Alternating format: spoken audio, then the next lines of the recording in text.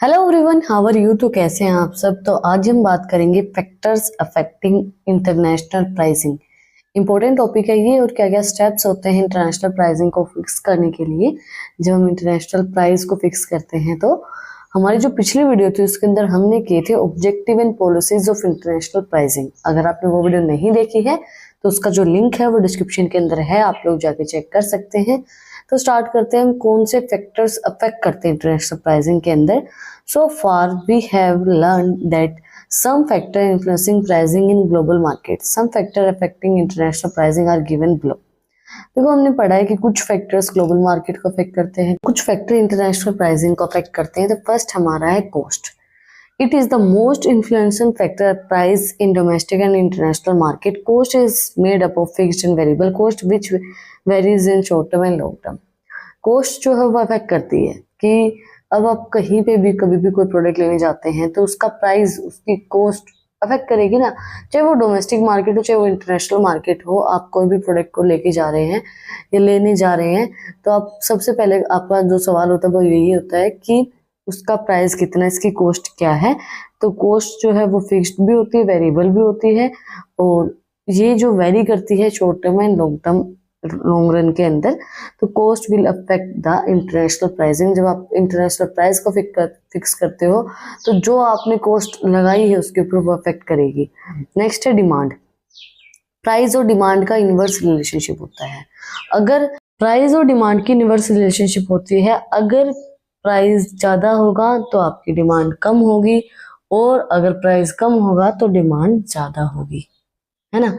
ये चीज आपने देखा होगा, प्राइस ज्यादा है, अगर टमाटर का प्राइस ज्यादा था तो डिमांड लोगों ने कम कर दी, कम होगा तो फिर डिमांड ज्यादा हो जाएगी, प्राइस, है ना।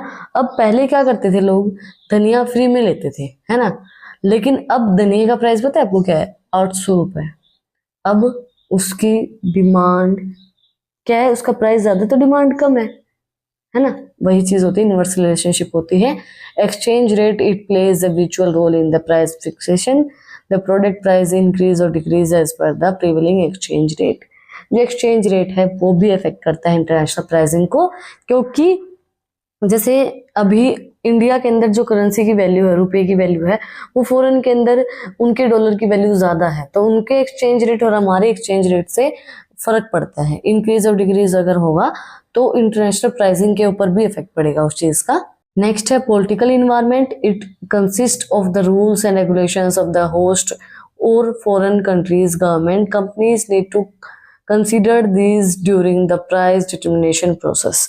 पॉलिटिकल इन्वायरमेंट कैसा है, गवर्नमेंट के रूल्स रेगुलेशन कैसे हैं, मतलब देखो अभी गवर्नमेंट ने क्या पॉलिसीज निकाल रखे हैं, क्या रूल्स रेगुलेशन चला रखे हैं। अगर आप कोई भी इंटरनेशनल मार्केट के अंदर अपने प्रोडक्ट को लेके जाते हो तो उसके अकॉर्डिंगली फिर आपका इंटरनेशनल जो प्राइस है प्रोडक्ट का वो आप फिक्स करते हैं, तो वो आपके अफेक्ट करेगा प्रोडक्ट के प्राइस को। पॉलिटिकल इन्वायरमेंट अभी कैसा चल रहा है वो, जैसे इंडिया के अंदर बहुत सी कंट्रीज के प्रोडक्ट्स बैन है, चाइना वगैरह के, तो पॉलिटिकल इन्वायरमेंट आपका कैसा है वो भी अफेक्ट करता है इंटरनेशनल प्राइस को।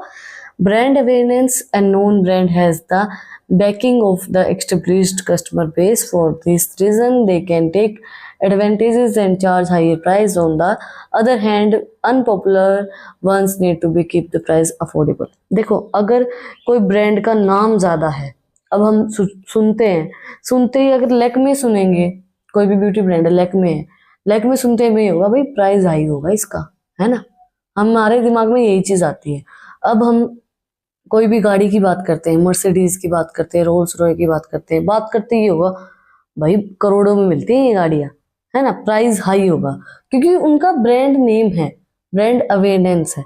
अब कोई भी अनपॉपुलर ब्रांड है जिसके बारे में लोगों को ज्यादा नहीं पता है, और मतलब लोग उस चीज को नहीं जानते हैं, तो फिर आपको उसका अफोर्डेबल प्राइस ही रखना पड़ेगा, क्योंकि लोगों उस चीज को, मतलब देखो अगर अब हम स्विफ्ट की बात करें तो वो अफोर्डेबल प्राइस पे मिलती है, मिडिल क्लास लोग उसको ले सकते हैं। अब और भी कोई गाड़ीज हैं जैसे डिफेंडर हुई, अब उनको हर एक मिडिल क्लास लोग नहीं ले सकते हैं।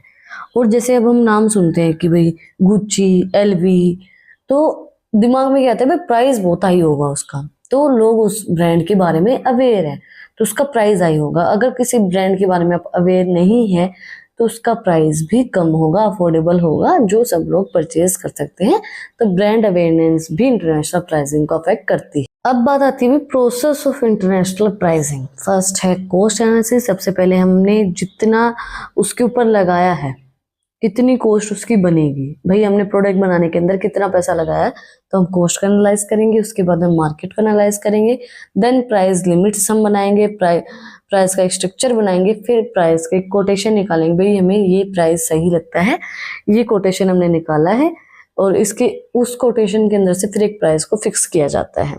सबसे पहले cost analysis, the price determination process being with an in deep analysis of cost, it includes determine the cost of product distribution and market support।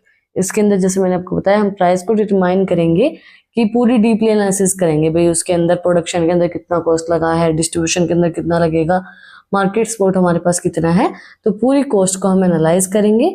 Second step है market analysis. The next step in the process is analysing the market of the exporting countries. The analysis includes variable like market size, market segmentation, price level and competition.